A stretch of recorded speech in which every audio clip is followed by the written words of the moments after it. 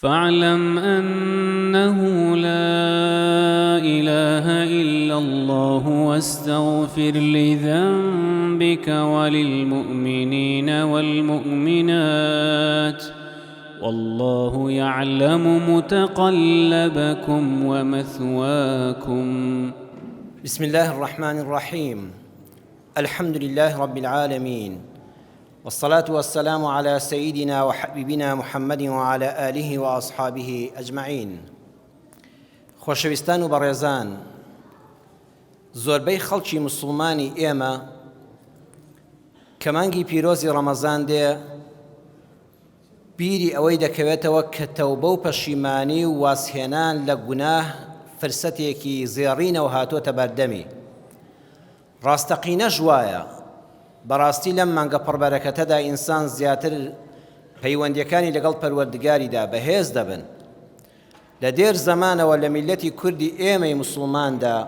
حەمد و سەنا بۆ خوا خەڵکێکی زۆر لە مانگی پڕبەرەکەتی ڕەمەزاندا بەرەو خوای پەروەردگار دەگەڕێنەوە. ئەمە جێگەی دەستخۆشیە و دەرگای ڕەحمەتی خوای پەروەردگار و تەوبە هەمیشە کراوەیە، بە تایبەتی لەم وەرزەدا لەم مەراسیمی تاعەتەدا هەر یەکێک لە ئێمە پێویستە تەوبەی ساڵانەی خۆی نوێ بکاتەوە. بەڵام ئەوەی کەوا ئێمە دەمانەوێت لە زنجیرە باسی شارەزابەدا زیاتر تیشکی بخەینە سەر بریتیە لەوەی کە زۆربەی خەڵکی ئێمە کە باسی تەوبە دەکرێ، کە باسی تەوبەکار دەکرێ، یەکسەر گومانمان بۆ چی دەچێ؟ چێ تەوبە بکا باشە؟ چێ واجبە لەسەری تەوبە بکا؟ ئەوانەی کردارەکانیان ناشەرعین، خوا نەخواستە خوا بمانپارێزە کەسێک قەتڵێکی لەدەست قەوماوە، کەسێکی بەدەست کوژراوە، یەکسەر دەڵێی تەوبە بۆ بکوژە. کەسێک لای داوە لە ڕەوشتە جوانەکان، ڕێزم هەیە بۆ ڕووی جەنابتان و خوای بە گەورەی خۆت بمانپارێزی تووشی زینا بووە، لە نێریان لەمێ یەکسەر تۆ گومانت بۆ ئەوە دەچێت تەوبە بۆ زیناکارە. ئەو کەسانی کەوا عەرەق و مادە سەرخۆشکەرەکان دەخۆنەوە تووشی گوناهی کەبیرە بوون، ئەڵێن وەڵا فڵان کەس عەرەقخۆر بۆ شکر و سپاس بۆ خوا تۆبەی کردووە. ئەو کەسانی کە حەرام خۆر بوون، مامەڵەکانیان ناشەرعی بوون، هەمومان دەڵێن ئەوانە کە تەوبە کرا باسی ئەوانە دەکرێت. ئەوە فڵان کەس سپاس بۆ خوای گەورە گەڕاوەتەوە بۆ لای خوا و وازی لە مامەلەی ڕیبەوی و ئەو شتانەی کەوا ناشەرعین وازی لێ هێناون و معاملەیەکی پاک و حەڵاڵ دەکا. یان تەوبەکار بەو کەسانە دەڵێن گومانمان وا دەڕوا کە کوتت تۆبەکار تۆبەی کردووە، ئەمە دیارە پێشتر نوێژی نەکردووە، ئێستا تۆبەی کردو و نوێژ دەکا. ڕۆژووی ڕەمەزانی نەگرتووە، ئێستا بڕیاری داوە ڕۆژوو دەگرێ. زەکاتی نەداوە، بە ئاگا هاتۆتەوە ماڵەکەی پاک دەکاتەوە. کەسێک بووە پۆشتە نەبووە، جلوبەرگەکانی خوشکێکی ئافرەتمان ناشەرعی بووە، سپاس بۆ خوای گەورەی ئێستا باڵاپۆشە، تەوبەی کردووە. بەڵام بەڕێزان، ئێمە لە زنجیرە باسی شارەزابەدا باز زیاتر لە قورئانەکە شارەزابین. دەستان خۆش بێ بۆ خوێندنی قورئان. دەستی هەر مامۆستایەک ماچ دەکەم کە منداڵێک فێری قورئان دەکا، کە فێری تەجویدی دەکا، کە فێری قیراءاتی عەشری دەکا، کە هەر کەناڵێک خزمەت بە قورئانی پڕبەرەکەت و بەخشش دەکا. بەڵام ئامانجی قورئان تەدەبوڕە، واتە لوتکەی سەرەوەکەی دەبێت لە یەکەم جار لە فێربوونەکەەوە. ئەوانە هیچی خوا نەخواستە کاری ئەو مامۆستا بەڕێزانە من عەرزم کردن دەستیان ماچ دەکەم، هەر لە منداڵێک تا مامۆستایەکی بەتەمەن کە منداڵێک فێری یەک سوورەتی قورئان دەکا، یەک ئایەت دەکا، ئەوانە تاجی سەرن. بەڵام ئامانجە گەورەکەی هەموو ئەم علومی قورئانە لە خزمەت چیدایە؟ تەدەبوڕ لە قورئان، تێگەیشتن لە قورئان. ئامانجی قورئان بۆچی هاتووە؟ عەرزم کردن کە باسی تۆبەکار دەکرێ، هەموو ئەوانەمان دێتە بەرچاو. بەڵام کە قورئانی پڕبەرەکەت و بەخشش دەخوێنیەوە، سەی دەکەی لە سوورەتی ئەلحوجورات ئایەتی 11 و 12دا 6 جۆر گوناهی بۆ باس کردوین. یەکسەریش دەفەرمێ بە ئاگاوەرەوە تەوبە نەکەی تیا دەچی. 6 گوناهی زۆر خەتەر، هەڵتەکێنەری برایەتی ئیسلامیمان بەڕێزان، هەڵتەکێنەری خۆشەویستی نێوان مرۆڤەکان. 6 گوناه پەنا بەخوای پەروەردگار. خوا فەرمووی یا ئەیها الذین آمنوا، ئێمەی خۆش دەوێ لە هەر شوێنێکە بینیتان خوانەی فەرموو قل للذین آمنوا، لە ڕێی پێغەمبەرەوە صلی الله علیه وسلم نەی فەرموو خۆشەویستم بڵێ بە ئیمانداران، ڕاستە و خوا فەرمانەکەی پێکردی، ئەو پەڕی خۆشەویستی خوایە بۆ ئێمە. ئەی ئیمانداری ئومەتی محەممەد صلی الله علیه وسلم، تۆ بەندەی خۆشەویستی منی، حەیفە لەم 6 گوناهەوە بگلێ، لە تۆ ناوەشێتەوە دوای ئیمان هێنان. والله خوا بەڕاستەوخۆ پێمان دەفەرمێ ناشرینە تۆ ئیماندار بی و ئەم شەش سیفەتت تێدا بێ لا یەسخەڕ قەت پیاوێک گاڵتە بە پیاوێکی تر نەکا با ژنێک گاڵتە بە ژنێکی تر نەکا لە ئیماندار ناوەشێتەوە هیچ بەندەیەکی خوا بە گاڵتە پێکراو بزانێ بە سوک سەیریکە پێی ڕابوێرێ بەخوا ئەوە لە تۆ ناوەشێتەوە خوا دەفەرمێت لا تەلمیزوو ئەنفوسەکم عیب و عار دۆزینەوە لە خەڵک بە چاوێکی ورد بگەڕێ باوکو عیبێکی لێ بدۆزمەوە ئەوە لە تۆ ئیماندار ناوەشێتەوە ولا تەنابەزوو بالئەلقاب ناو ناتۆرەنان لە خەڵک لە قەبی دۆزینەوەی ناشرین کە خەڵک پێی تەریق بێتەوە پێی عاجز بێ لە تۆی ئیماندار ناوەشێتەوە جا سەیریکەن لە کۆتاییدا دەفەرمێت چی وەمەن لەم یەتوب ئەمانە تەوبەیان دەوێت ئەمە سێ گوناهی گەورەن تەوبەیان دەوێت هەر کەسێ تەوبە نەکا فەئولایکە ئەم سیانە هم الظالمون ئەوە ستەمکارن دوێنێ لەسەر ستەمکار قسەم بۆ کردن ئاەتەکە لێرەدا دەپسڕە و دەچێتەوە سەر ئاەتێکی نوێ یا ئەیها الذین ئامنوا ئەی ئیماندارای خۆشەویست ئەی ئەو کەسانەی خوای گەورە شەرەفی ئیمانی پێبەخشیون ئیمانداری بەڕێزان ئەبێ بە کردارەکانمانەوە دیار بێ بەم شەش کردارە کۆمەڵایەتیەوە ئیجتەنیبوا کەثیرا من الظن خوا سێشتی کەمان بۆ باز دەکات زۆر خۆتان پارێزن لە گومانی خراپ چونکە ئین بعض الظن ئیثم هەندێ لە گومانەهاکان گوناهی گەورەن ئیثمن تاوانن یعنی لەبەرەوەی هەندێک گومان تاوانن تۆ لە زۆریان خۆت پارێزە وارع بە ولا تەجەسەسوا بە دووی عیبی خەڵکا ورد مەگەڕێ چۆن کابرا دەستگایەکی مخابەڕاتی و ئەمنیە پیشەکەی دەستگای ئەمنیە ورد دەبێتەوە هەموو شارەکە دەکا بە کامیرە بۆ ئەوەی تاوانبار لە دەستی ڕزگار نەبێ ئەو ئیشی خۆیەتی دەبێ وا بکە بەڵام بەخوا حیفە ئیماندارێک هیچ ئیشی بەوە نییە دەستگای مخابەڕاتی و ئەمنی نییە چاوی لەسەر دراوسەکەیەتی چاوی لەسەر هاوپیشەکەیەتی ئەبێت چی بکە ئەبێ بۆ کوێ ڕۆیش بێ چێ میوانی بوو بێت چەنی پیا کرد بێ ئای تەجەسوس دەکا ئێستا لەم سەردەمەدا ئەزیزەکانم دەجەسوس هێشکەی تازە پەیدا بووە ئەویش ئەوەیە کابرا لە مەدیسیەکادا دەنیشێ سێ چوار کەس دائەنیشن سیرەکەی موبایلەکەی هێناوە دەنگ تەسجیل دەکا دواتر لە چێ بۆ یەک شەشکەی دەجێڕێتەوە لە فڵان کەس دەنگی ئەوانت بۆ لێ دەمەوە من چەند خەڵک هاتووە مامۆستایان لە مەجلیسی فڵان شوێنە باسی تۆیان دەکرد یەکسەر موبایلەکەم تەسجیل کردووە وتمانە ئەسڵان خۆم لەوە بە گەورەتر دەزانم گوێ لەوە بگرم بەڵام وەڵاهی لەگەڵ ڕەفاقەتیشم لەگەڵ تۆدا پچڕا چونکە پێچەوانی ئەمری خوات کرد المەجالیس بالئەمانە پێغەمبەر صلی الله علیه وسلم فەرموویەتی ئەگەر سێ چوار کەس لە مەجلیسێکا لە ماڵێکا دانیشتن ئەو مەجلیسە ئەمانەتە مەگە باسی کوشتنی کەسێکی تێدا بکەن با بچین فڵان کەس بکوژین تۆ واجبە بچی بڵێ ئاگاداریکەوە کاکە وریای خۆت بە بەڵام قسەیەکیان لەدەم ترازاوە غیبەتێکیان کردو من هەر نایزانمەوە دڵم هیچی تیا پەیدا نابێ ئەگەر تۆش دڵسۆزم بوویتە لەوێ بەرپەرچت دەدانەوە نەک موبایلەکەت دەرێنی و دەنگەکان تەسجیل کەی بۆی بینی من و فڵان کەس زیاتر تێک دەی چاو لێ بەڕێزان ئەم شتانەش پەیدا بوو ئەوە لە ئێوەی بەڕێز لە بینەرەن و بیسەرە و مێدەوارم نەوەشێتەوە ناژۆشێتەوە خوا دەفەرمێ ئیماندار لەوە زۆر گەورەترە ئەمانە بکات دەنگی خەڵک تەسجیلکا لە ناو مەجلیسا بۆ خەڵکی بنێرێ فیتنە خۆشکە ولا يغتب بعضكم بعضا با یەکێک لە پاژملە لە پشتەوە غیبەتی یەکێکی تر نەکە ئیماندار ئەوەندە بەڕێزە بە کەسایەتیە پێ عیبە لە پشتەوە باسی برای ئیمانداری خۆی بکە باسی خوشکی ئیمانداری خۆی بکە چۆن قێز دەکاتەوە گۆشتێک لەوێ بێ گۆشت لەوێ بێ و بە کاڵی بیخۆی ئەی ئەگەر گۆشتەکە مندار مردوو بێ هی مردوویەک بێ ئەی ئەگەر هی مرۆڤ بێ فكرهتموه والله قد تبعت السليم أمي بيناخره زر قيزي لي دكيو درشيتوا تآواش بيز لغيبت بكوا قال دوي أمس يقولنا هالشودة فما إن واتقوا الله سبحان الله قرآن شن ورده أجر دتيا ببي متقي أمس صفتات يدانا ببي والله برزان روجو لعلكم تيا لتتقون حمو أمس روجي بروجو دبينو أم تلايحو هنا بو يكشتا بأميدي أوين خواي فرودقاب من كاتب لي متقي واتقوا الله هر کەسێ غیبەت کار بێ هەر کەسێ جاسوسی بەسەر ژیانی خەڵکەوە بکە هەر کەسێک گومان دایمە گومانی خراپ بە خەڵک بەرێ ڕواتان هەبێ ناگاتە پلەی تەقوا واتقوا الله ئەگەر دەتەوێ بگەی بە متەقیان وازنەم سێ سیفەتە بێنە ئینجا دیقەتی ئاەتەکە بدەن إن الله تواب رحيم سەیریکە چەند بە شیدەت دێڵێ تواب رحيم قورئان خۆ یەک شەدەی قورئان یەک لاپەڕەی کتێبی ترە ئالێرەدا پێمان دەڵێ ئەو سێ تاوانە زۆر گەورەن خوایە کە بۆ خۆی زۆر لێ خۆش بووە ئەمجا بە گەورەی خۆی ئەگەر تۆبەت کرد لێت خۆش دەبێ ئەوەندە تاوانەکە گەورەیە لەفزی تەوابی بۆ بەکارهێناوە خوانەی فەرمووی ئین الله غەفوور ڕەحیم خۆ دەبوو هەدمانە ئاەت خوای گەورە لێ خۆش بوو بە بەزەیە بەڵام بۆ تەوابی بەکارهێنا لەبەر ئەوەی ئەم سێ گوناهە زۆر گەورن. ئالێرەدا باس سەرنج لە قورئان بدەین ئەمە مانگی قورئانە الحەمدولله جەنابتان بەشداری ئەم دەرسەتان کردووە ئینشاءڵڵا دوایی کە قورئانتان خوێندەوە سوورەتی حوجرات هەموو جار بەبیرتان دەکەوێتەوە چەند سەرنجێک. یەکەمیان خوا فەرمووی لا تەلمیزوو لا تەنابەزوو لا تەجەسەسوو ئەمانە هەموو لە بابی مفاعەلەن لەسەر وەزنی لەسەر کێشی تەفاعولن. بەڕێزان جەنابتان مامۆستایانی بەڕێز لە من شارەزاترن بابی مفاعەلە بابی مشارەکە بۆ چییە؟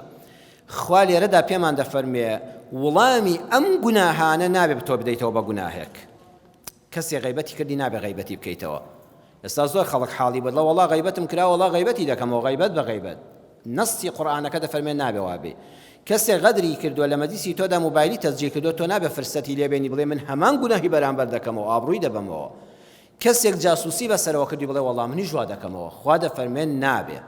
نابێ ئەمە لە بابی مفاعەلەیە نابێ ئەم گوناهانە تۆش وەکو ئەو بکەی. ئەو گوناهی خۆی بۆ خۆی دەبێت لە ئاستی تۆدا ڕاگیرێت تۆ هەوڵی ڕاگرتنی ئەم گوناهانە بدە تۆ مەیکە. دووەمیان بۆچی ئەم شەش گوناهەی بەسەر یەکەوە باز نەکرد؟ یەکێکی بەڕێز جوابی ئەو پرسیارم داتەوە سیانی لە ئاەتی 11دا باس کرد سیانی لە ئاەتی 12دا باس کرد باشە بۆ هەر شەشەکەی بەسەر یەکەوە باز نەکردن بۆ جارێک لە ناوەڕاستەوە فەرمووی یا ئەیوهە الەذینە ئامنوا عەرزتان دەکەم کە قورئانتان خوێندەوە ئەم قورئانە دەبێت هەمووی لەسەری بوەستی لەسەری بوەستە ئەمە بۆ وایە خۆ دەکرا خوای پەروەردگار یەکسەر هەموویان بەسەر یەکەوە بێنەوە شەشە ئەی بۆ یا ئەیوهە الەذینە ئامنوێشکەی تێکرد و ئاەتەکەی پسڕاند و چۆوە سەری دیار چێ وەڵامێکم دەداتەوە وەڵامێکی ڕاست لەبەر ئەوەی سەیری وردی قورئانکەن ئەو سێ گوناهەی پێشوو گوناهێکن بە ئاشکرا دەکرێن کابرا بە ئاشکرا بە خەڵک ڕادەبوێرێ بە ئاشکرا ناو و ناتۆرە لە خەڵک دەڵێن یەکسەر بڵێ فڵان کەسی لودزل فڵان کەسی سەرزل ئەوە ناو لەقەب لە خەڵک دەنێ فڵان کەسی زۆرخۆر ئیتر ئەوە فڵان کەسی خەوخۆش فڵان کەسی خەواڵوو ئیتر لەقەبێک لە خەڵک دەنێ کە خەڵک پێی ناخۆشە ئەو بە ئاشکرا بە خەڵک دەڵێ یعنی شتەکانی ئاشکران ئەمجا بەدوی عیب و عاری کەم هەر لەگەڵ تا دانیش عیبێک لێ دەدۆزێتەوە ئەمە هەمووی ئاشکران یعنی ڕووبەڕوو قسە دەکا بەڵام سێ گوناهەکەی دوای ئەوە غیبەت بە ئاشکرا دەکرێ غیبەت دەکە بۆیە غیبەتە لە پاژملێ تۆ بە خۆت لەوێنی تەجەسوس بە ئاشکرا دەیکا خواخواتی نەزان دەنگی موبایلەکە ناوەتەوە ئەگەر کابرا بەڕێ حەوشەی ماوەکەدا دەڕوانێ کە خاوەن ماڵ هاتە دەرە ڕوو دەکات بەو لاوە خواخواتی لە سەیری تۆم نەکردووە ئەمانە سەیری وردی قورئانکەن سێ گوناه بە کەمی بە نهێنی دەکرێن خوا بەتەنیا باسی کردن سێ گوناه بە ئاشکرا دەکرێن بەتەنیا باسی کردن چێ ئەزانێت سێ گوناهەکەی دواوە گەورەترین یان سێ گوناهەکەی پێشەوە کامیان گوناهیان گەورەترە ئەوانەی دواوە بەڵێ مامۆستاسانە ڕاست دەفەرمێ ئەوانەی دواوە گەورەترن بۆ خوا بۆ ئەوان فەرمووی ئین الله تەواب ڕەحیم خوا ئەو هەموو ڕەحم و بەزەیی نەبووە قەت ڕەحمی بۆ غیبەتکارانە نەدەکرد خوا ئەوەندە لێ خۆش بوو نەبووە زۆر لێ خۆش بوو نەبووە قەت لەوانە لە تەوبەشان لێیان خۆش نەدەبوو چاوەڵێ ئەم سێ گوناهە گەورەترن قورئان ئەوانەمان هەموو بۆ جیا دەکاتەوە بەبێ ئەوەی شەرحیاتیان بداتێ بەس لە مانای کەلیمەکانیدا ئەم دەرسانە هەمووی وەردەگرین خۆشەویستانم باشە بۆچی مرۆڤ ئەم شەش گوناهە دەکا چی وا دەکات سوکایەتی ناو و ناتۆرە گومانی خراپ جاسووسی غیبەت بۆچی ئەمانە ئەنجا وەشمان لەبیر نەچێ خوای پەروەردگار دەفەرمێ گومانی خراپ مەبە دوای ئەوە دەفەرمێ جاسووسی مەکە دەفەرمێ ئەنجا غیبەت مەکە ئەمانەش تەسەلسولە قورئانەکە چەند جوانە یەکەم جا گومانێکی خراپت لە دڵایە بەرامبەر بە فڵان کەس تۆ بڵێ فڵان کەس خەریکی فڵان شت نەبێ ها بۆی گومانەکەت بێ بەڕاست دەچی جاسووسی بەسەرەوە دەکەی مراقەبەی دەکەی کە مراقەبەت کە ڕقێک لە دڵا دروست دەبێ بۆی ئەمجا خۆت بە ناحەزی ئەزانی حەز دەکەی دڵت پڕ بووە بۆی کیسەی دڵت خاڵی کەیتەوە غیبەتی دەکەی یەک بە دوو یەکە ڕایان دەکێشێ بۆیە خوا نەیفەرموو غیبەتی زۆر مەکەن بەڵام بۆ گومانەکە فەرمووی ئیجتەنیبوو کەثیران زۆر خۆتان لە گومانی خراپ بەرامبەر بە خەڵک بپارێزن چونکە کە دڵت پڕ بوو لە گومان ئەوانی تریشی هەموو بە دوی خۆیدا ڕادەکێشێ یەک زنجیرەیە چی وا دەکا ئەم شەش گوناهە لەناو کۆمەڵگەی موسڵماندا هەبێ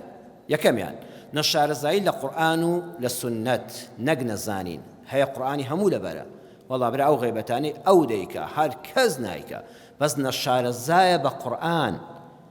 کە مامۆستا باسی قەتڵ و زینا و ئەوانە دووە دەکام و سوڕکە بە لەشیا دێ کەچی کە غیبەتی مسلمانە دەکات بە خیاڵیشیدا نایە کەواتە زانی قورئان بەڵام شارەزانە بوو بە قورئان شارەزایەکەی لەوەیە هەمووی وەکو یەک پارچە کاملە هەمووی وەکو یەک تەماشاکە. دووەمیان گوێنەدان بە توێشووی قیامەت. وەڵڵاهی ئێمە هەر یەکێک لە ئێمە مامەڵە دەکەین من کاسبکارم جەنابیشت کاسبکاری هەر یەکێکی لە ئێوە لەشتان ساغ بێ مۆزەف بن یان کاسبکار بن دەگەڕین نەگە دینارێ 1000 دیناری تەبع لە شتێکە زەرەت هەبێ خۆمان لێ دەپارێزین وایە یان نا 1000 دیناری تەبع لە شتێکە قازانستر بکەین کیلۆمەترێ بە دویا دەڕۆین حەقی خۆشمانە مادام حەڵاڵە. بەڵام بۆ لە دەستدانی چاکەکانی قیامەتمان هەر بە خەیاڵیشماندا نایە بەداخەوە ئەگە دەڵێن فڵان کەس ئیفلاسی کردو هەموو سوورکە بە لەشماندا دێ خوا بم پارێزی لەوە ئیفلاس بکەم مایەکەم لە دەستدەم ماڵەکەم فەوتێ.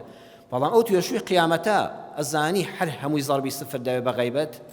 لە حەدیثی صحیحی مسلمە حەدیثەکەتان جەنابتان بیستووە کە پێغەمبەر صلی الله عليه وسلم باسی مفلیسی قیامەتی کرد فەرمووی بەخوا ئەوانە نوێژی زۆریان هەبوو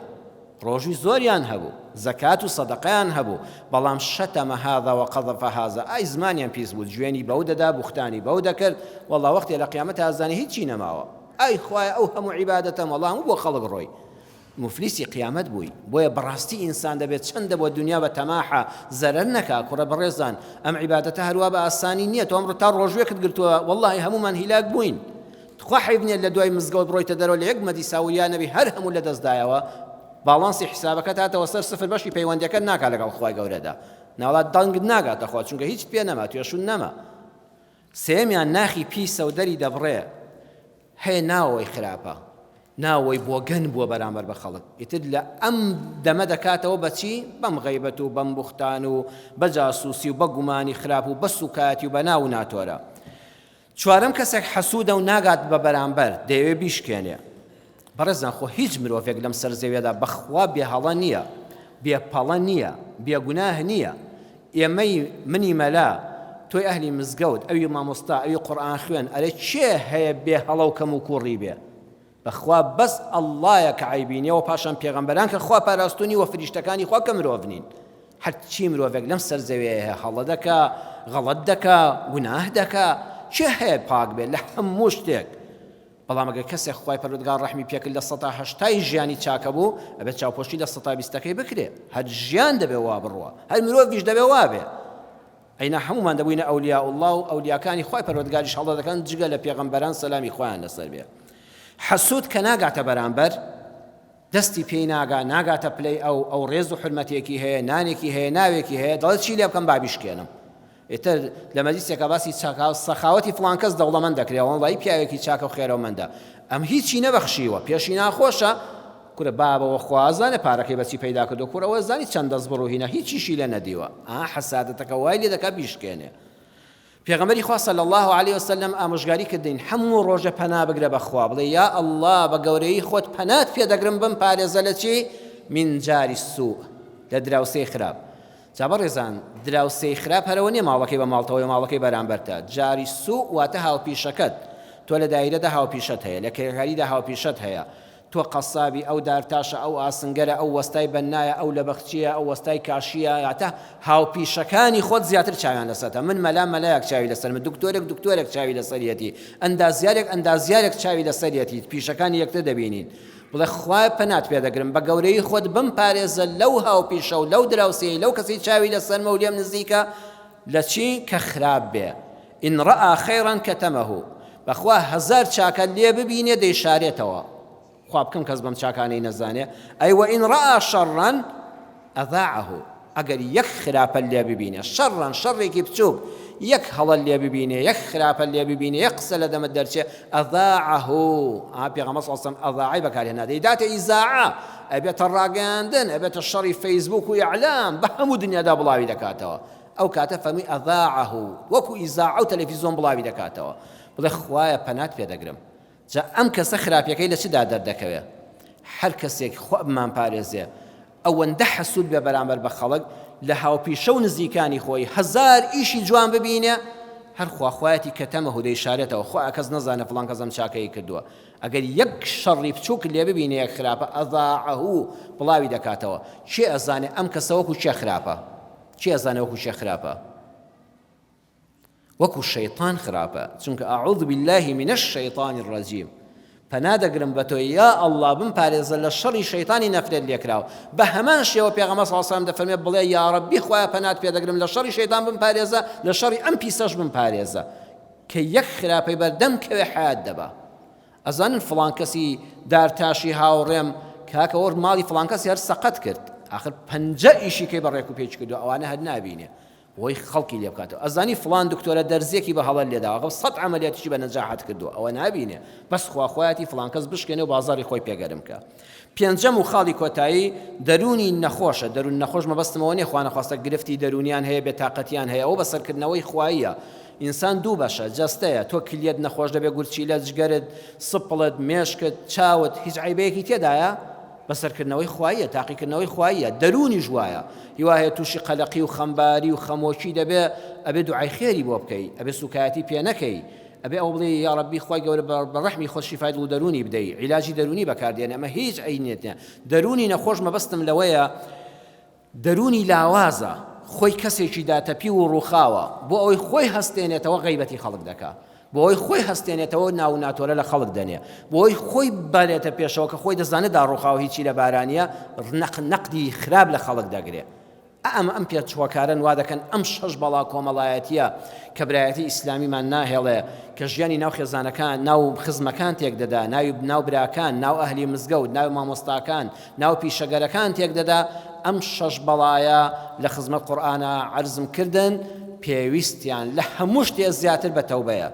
دەی یا ڕەبی خوای گەورە ئەگەر سیفەتێکی لێمانەمان تێدایە خوای لێمان خۆش بی یا ڕەبی خوای هەر ئەم شەواز لەو سیفەتە خراپانە بێنین و پاکمان کەیتەوە لەوەی کەوا هەڵەیەکمان بەرامبەر بە ئیماندارێکی ئومەتی محەممەد کرد بێ صلی الله علیه وسلم یا ڕەبی خوای پەروەردگار بە گەورەی و ڕەحمەتی خۆت دڵ و دەرونێکی خاوێنمان بدەیتێ زمانێکی زاکرمان بدەیتێ پێغەمبەری خوا صلی الله علیه وسلم زانایان فەرمویانە زیکر و باسی خەڵک دەردە یادی خوا دەرمانە یا ڕەبی خوا زمانمان زاکر بێ و دەرمانمان بۆ دڵ و دەروون بێ خوا بمان پارێزی لە زمانمان باسکردنی خەڵک بێ و تووشی نەخۆشە دەرونیەکانمان بکە یا ڕەبی خوا ڕەحم بە حاڵی ئێمە و ئەم ئیماندارانە بە ڕێزانە و هەموو بیسەران و بینەرانی ئەم وتارە و هەموو ئومەتی محەممەد کەی صلی الله علیه وسلم لە هەر شوێنێکی ئەم جیهانەدان آمین آمین والحمد لله رب العالمين والسلام عليكم ورحمة الله وبركاته فاعلم أنه لا إله إلا الله واستغفر لذنبك وللمؤمنين والمؤمنات والله يعلم متقلبكم ومثواكم